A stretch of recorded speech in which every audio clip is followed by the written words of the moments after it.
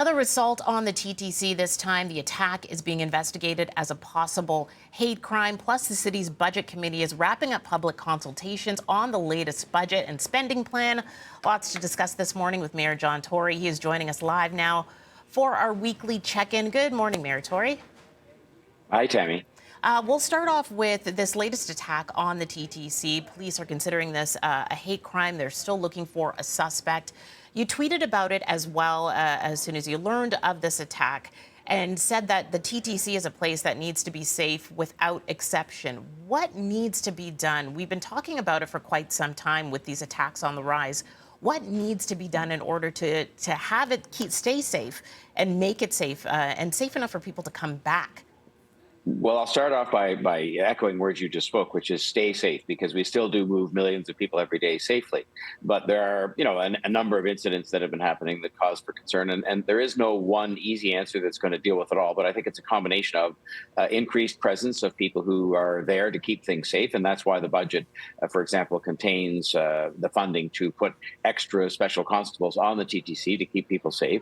And then I think it's a combination of other things also in the budget, which include putting some mental health, some homelessness, streets to homes workers on there. And I'm thinking about whether or not we need to have some mental health professionals, as we're doing with the police, to supplement the efforts of people who are there to keep things safe. Because there's a lot of very troubled people on the TTC. I think a number of these incidents, if you really think about it, there was one that happened a while ago where someone just came up and randomly, stabbed somebody on a platform. You can't mean to tell me, a total stranger, you can't mean to tell me that's not the sign of some disturbance on the part of that person. And, we need, I think, to make sure that we're supporting people who have mental illness, for example, that are on the TTC. So there's a variety of measures that are in the budget that are meant to deal with this, and that plus vigilance on the part of people who are on the TTC to watch out for people who, are perhaps disturbed themselves or are threatening activity that is disturbing. So that's interesting. Not in the budget, but something you're considering is having a mental health expert supplement and be on the system as well to intervene if needed.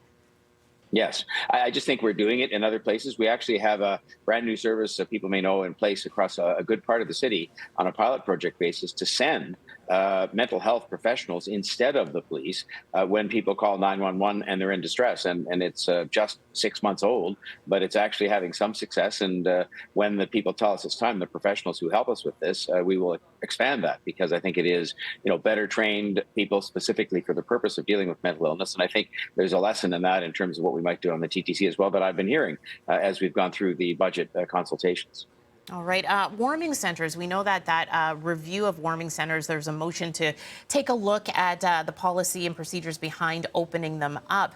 And so one of the calls is to keep them open 24 hours a day, 7 days a week until mid-April. Is that something that you can support, and can the city sustain that?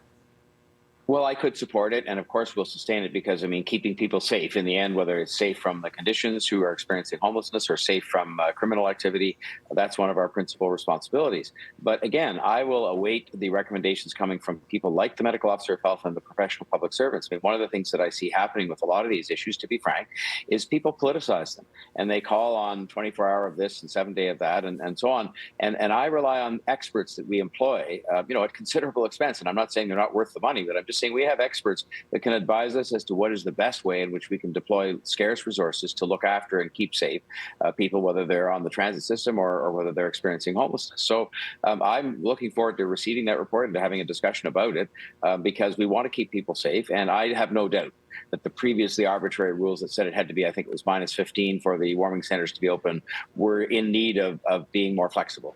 So I'm looking forward to the report from the experts that we employ in our professional public service to make a decision on that. And of course, I'll study very carefully what they have to say and look forward to the debate. Public deputations, when it comes to the budget itself, just wrapping up. You've sat through 2 days listening to the public and some of their feedback. What was the major takeaway? Was there something that the public seemed to be more concerned about when it comes to the budget? Well, certainly the most frequently mentioned topic was the police budget, but the problem is that those who showed up were mainly people who have kind of an ideological, and they had almost no hesitation in saying so, an ideological disposition against the police and against the police having resources that they need. I don't think it's that kind of a choice, and I will stand by the recommendations that I made because I presented the budget this year to enhance the resources available to the police for more neighborhood officers, for better response times, because people are very concerned about that, and I don't think, to be candid, the majority of people who showed up were representative of the population as a whole. But I listened to what they had to say, and they talked about more investment in communities and things like that. And so I was there, and I listened. I took pages of notes, and I guess we'll go forward to listen to all of that and to try to see if there are some changes we should put forward to the council, which is where the debate will actually happen ultimately February the 14th at the City Council. There'll be a budget debate, and all of this will be on the table. All right. Mayor Tory, thank you so much for joining us once again. Unfortunately, we're out of time here. 7:13, but stay tuned. We're going to send you over to Sid and Dee next. Good morning, guys. Wait for it in 3, 2, 1. Where's that smile? Show me that smile. Is Sid chowing down on that popcorn? No. Hey, happy National Popcorn Day. Maybe I was, Mayor Tory. Maybe I was. You know, I got to say I'm with him a bit this morning, though, Dina, because that popcorn you described with it, like you're talking about vitamin D and popcorn and stuff like that, just doesn't seem to make any sense. B12. Like, popcorn is not supposed to be healthy. It's supposed to be an indulgence. I mean, isn't that right? No, it's a nutritious snack depending on how you cook it. That's always liked Mayor Tory. And nutritional yeast is called nutritional yeast for a reason. It's packed with nutrition. It's got delicious cheesy flavor. You must try it. Yes, I'll get you some. Early in the morning to really make people feel good. Nutritional yeast. Delicious. Let's have a little nutritional yeast just to make things really fun around here. My niece and nephews even like it. Put on Netflix and get the nutritional yeast. I hate to be on her case this morning. Netflix, nutritional yeast and chill. Yes. Oh my gosh, I know what it feels like to be Sid Sixero. No, I'm getting roasted by Mayor Tory. Mayor Tory, we have something to share. Did you see the giant bag that Cineplex sent Sid? Do you enjoy the movie? I have an idea. I've got an idea because Sid's trying to build up his fan club. I know that. It's not a concern to him.